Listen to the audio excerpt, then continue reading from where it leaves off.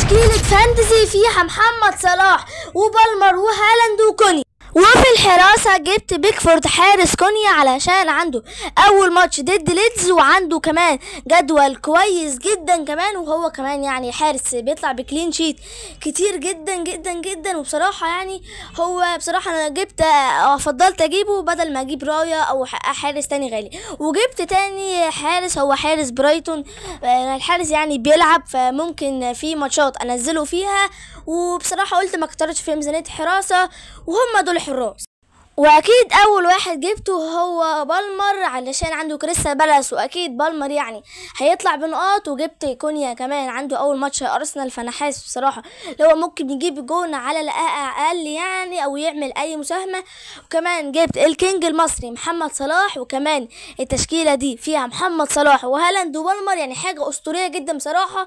وجبت كمان قدوس الصفقه الجديده عنده بيرلي بصراحه و6.5، حاجه جميله جدا. وجبت كمان رامسي اللاعب اللي في بيرلي ده اكيد يعني مش هينزل، بس انا جايبه علشان ب4.5 وبيلعب اساسي، وهو ده خط الوسط.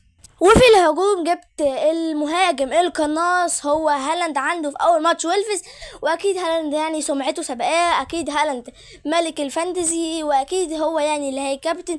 وجبت كمان ب5.5 بالمهاجم ايفرتون بيتو، بصراحة انا شايف اللي هو بصراحة هيبقى مهاجم كويس جدا على سعره ده، وعنده ليدز، فبصراحة انا شايف اللي هو كويس جدا.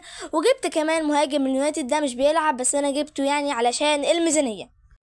وكده بخلصنا الفيديو، ما تنساش تشترك في القناة وتعمل لايك، واستنى الفيديو جاي دمار.